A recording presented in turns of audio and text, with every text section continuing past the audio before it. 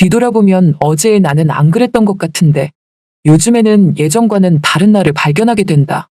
그게 좋은 쪽인 것도 있고 아쉬운 쪽도 있는 것 같다. 그래서 그럴까? 나이가 이제 60대가 넘어가니 혼자서 할 수 있는 게 많지 않은 느낌이다. 왠지 사회에서 조금씩 조금씩 밀려나는 기분이랄까? 얼마 전에 있었던 일인데 거리에서 나이가 지긋하신 80대 이상의 노인이 20대로 보이는 여성에게 어떤 연유에서인지 구타를 당하는 모습을 보게 되었다.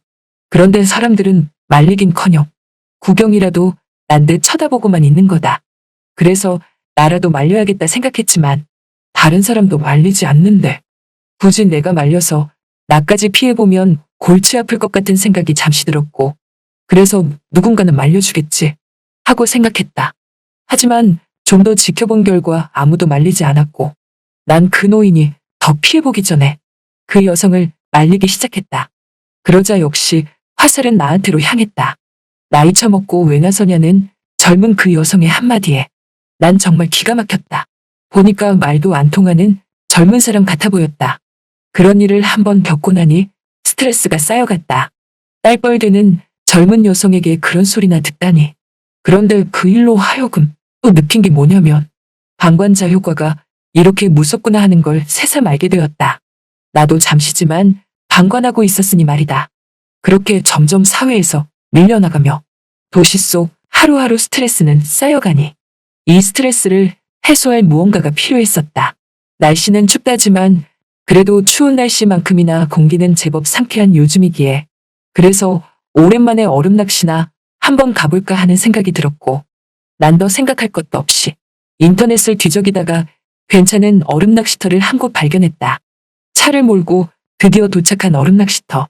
많지는 않지만 드문드문 얼음 낚시를 즐기는 사람들이 보였고 나도 그 틈에서 낚시 장비 등을 꺼내어 얼음 낚시를 시작했다.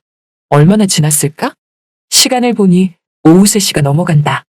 슬슬 배가 고파지기 시작해서 라면이라도 끓여 먹을까 생각했는데 추운 겨울이라 그런지 라면물 하나 끓이기가 생각보다 어려웠다.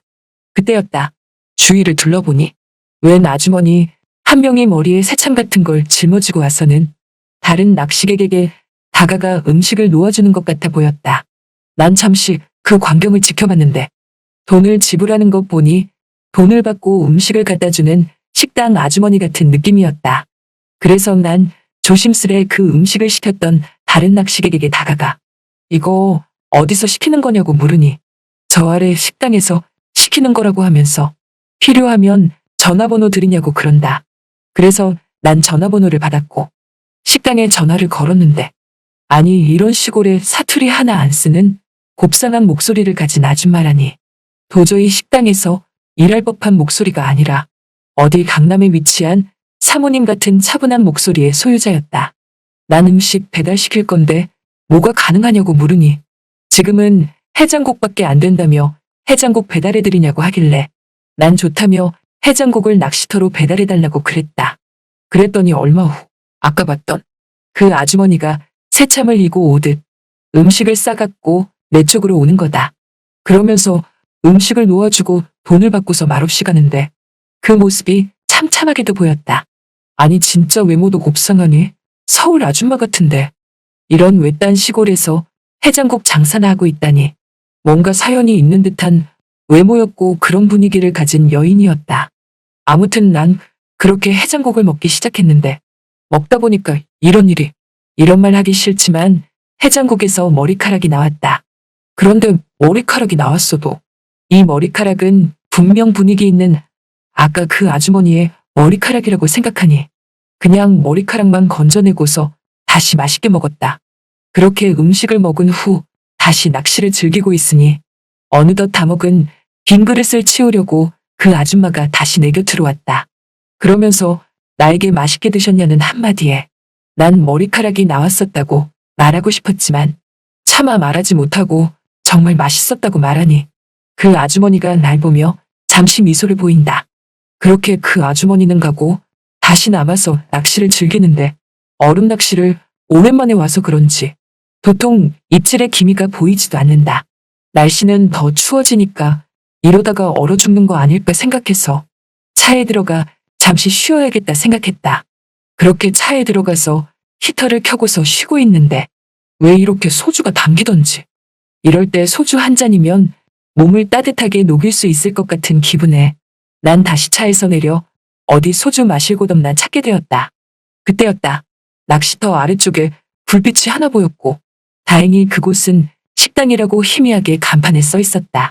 난 무작정 그곳으로 들어갔는데 어서 오시라며 나를 반기는 이 목소리는 아까 해장국을 배달해주던 그 아줌마 목소리였다.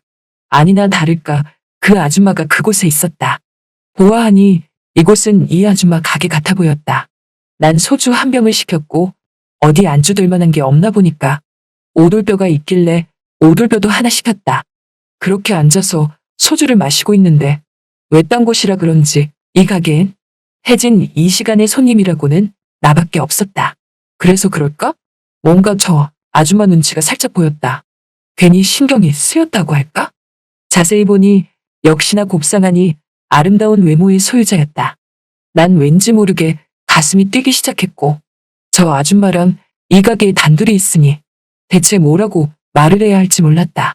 그냥 말없이 술만 마셔야 하는 건지 무슨 말이라도 살짝 걸어봐야 하는 건지 잠시지만 너무나 고민이 됐다. 그렇게 고민을 하고 있으니 갑자기 그 아주머니가 어느덧 내 테이블에 다가와서 살며시 계란말이 한 접시를 올려놓는다. 그러면서 날 보며 서비스라고 말한다. 난 잘 먹겠다며 계란말이를 젓가락으로 하나 집으니 이 아주머니가 나에게 먼저 말을 건다. 오늘 좀 잡으셨냐고 하길래 오랜만에 와서 그런지 쉽지 않다고 하니까 그러냐며 그런데 늦었는데 오늘은 어디서 자고 갈 거냐고 묻는다. 그래서 아직 정해진 곳이 없다고 하니까 이 아줌마가 어느새 다른 눈빛으로 나를 쳐다보는 느낌이다. 어느덧 소주 한 병을 다 마시고 이제 가볼까 해서 계산을 하려고 하는데 아줌마가 보이지가 않는다. 주방에서 칼질하는 소리가 나는 것 보니 음식을 조리하는 느낌이 들었다. 난 계산하겠다고 말하니까 그때 갑자기 주방에서 비명소리가 터져나왔다. 여러분이 지금 듣고 계신 채널은 바람난 사연 채널입니다. 난 놀란 마음에 주방으로 들어가 보니까 도마에 채소를 썰고 있던 아줌마의 손가락 하나가 칼에 비어서 피가 흐르고 있었다.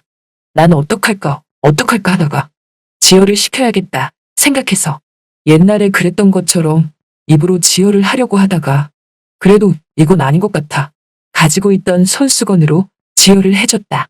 그리고 나서 괜찮냐고 하면서 소독약과 밴드 같은 거 없냐고 물으니 식당에 구비해놓고 있지 않다고 하길래 나는 어서 타라면서 내 차에 그 아줌마를 태우고 약국으로 가려고 했지만 이미 소주도 한 병 다 마신 상태라 운전도 불가능했다. 하는 수 없이 그렇게 그 아줌마와 외딴 식당에 단둘이 남게 되었는데 이 아줌마는 극구 괜찮다며 그만 가셔도 좋다고 하는 거다.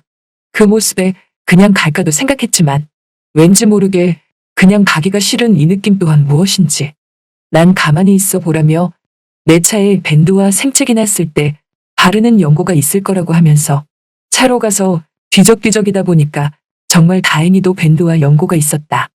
난 그걸 가지고 와서 그 아줌마를 정성스레 치료해 주었다. 그랬더니 이 아줌마가 참 고맙다면서 미안해 하는 거다. 그러면서 나에게 하는 말이 계산은 안 하셔도 된다는 말에 난 아니라면서 계산은 해야 하지 않겠냐고 말하니 이 아줌마가 그런데 주무실 곳은 찾으셨냐고 해서 난 아직 찾질 못했다고 하니까 그럼 술도 드셨는데 여기 방 하나 비니까 하룻밤 묵고 가시라고 그런다. 무슨 조선시대 옛날 주막도 아니고 식당에서 하룻밤을 묵고 가게 될 줄이야. 난 좀 미안하긴 했지만 어차피 늦은 시간이고 이 시간에 자고 갈 곳도 마땅치 않아서 그렇게 하기로 했다. 방 안에 누워 멀뚱멀뚱 천장을 쳐다보고 있자니 스르륵 눈이 감겼고 뭔지 모르게 가슴이 더 떨리기 시작했다. 그때였다. 이 아주머니가 문 밖에서 나를 부르는 소리가 들린다. 그래서 무슨 일이시냐고 물으니 괜찮으시면 자기랑 한잔해도 되겠냐는 말에 난 다치셨는데 술은 안 드시는 게 좋을 것 같다고 말하니 그럼 드시는 거 구경한다면서 나보고 한 잔 더 하시라고 말한다. 자기도 너무나 잠이 안 온다면서 말이다. 난 그 말에 좋다면서 그렇게 다시 식당 테이블에 앉았고 이 아주머니가 따라주는 술을 마시게 되었다. 우리는 이런저런 대화를 주고받게 되었는데 이 아주머니는 역시나 서울 사람이었고 서울에서 여대도 나올 만큼 배운 사람이었다. 그런데 왜 이렇게 한적한 곳에서 식당을 운영하게 되었냐고 물으니 사실은 사람을 찾고 있다고 하길래 그 사람이 대체 누구냐고 물으니까 실종된 자기 남편이라고 하는 거다. 자기 남편이 5년 전에 여기로 얼음 낚시를 와서 실종이 됐다고 하는데 그 뒤로 남편을 찾기 위해서 백방으로 노력했지만 남편은 찾을 수가 없었다고 그런다. 그래서 혹시 모르는 마음에 이곳에서 식당 일을 하며 남편을 마주치기만을 기다리고 있다고 하길래 난 그러냐며 빨리 남편분을 만나셔야 할 텐데 라며 위로를 해주니 이 아주머니 눈가에 눈물이 고이기 시작한다. 그렇게 얘기는 더 깊어지고 술도 더 들어가면서 우리는 묘한 감정이 더해져 갔다. 마치 서로를 위로해주며 서로를 이해하는 느낌이랄까? 그러다 보니 금세 우리는 눈빛 하나로 모든 게 다 통할 만큼의 위치까지 오게 됐고 급기야 그 자리에서 그만 아침이 밝았는데 난 이 아주머니에게 맨정신으로 뭐라 말하기가 머쓱했다. 그러자 이 아줌마도 그런 느낌이었다. 난 별다른 말도 못하고 그 식당에서 나왔고 낚시터로 가서 다시 낚시를 해볼까 했지만 왠지 손에 잡히지 않았다. 서울로 돌아오는 차 안에서 자꾸만 그 아주머니 얼굴이 아른거렸고 술 취해 잘 기억도 안 나는 어제 일들을 조금씩 힘주어 떠올리게 되었다. 그런 생각들을 하니 아찔했다. 아무튼 부디 그 아주머니가 남편분을 빨리 찾았으면 하는 바람이다. 꼭 그랬으면 좋겠다. 돌이켜보면 뭔가 살짝 아쉬움도 들면서 후회도 살짝 든다. 그런데 그때의 내 감정의 떨림은 정말 오랜만에 느껴보는 그런 감정이었다. 잘 들으셨나요?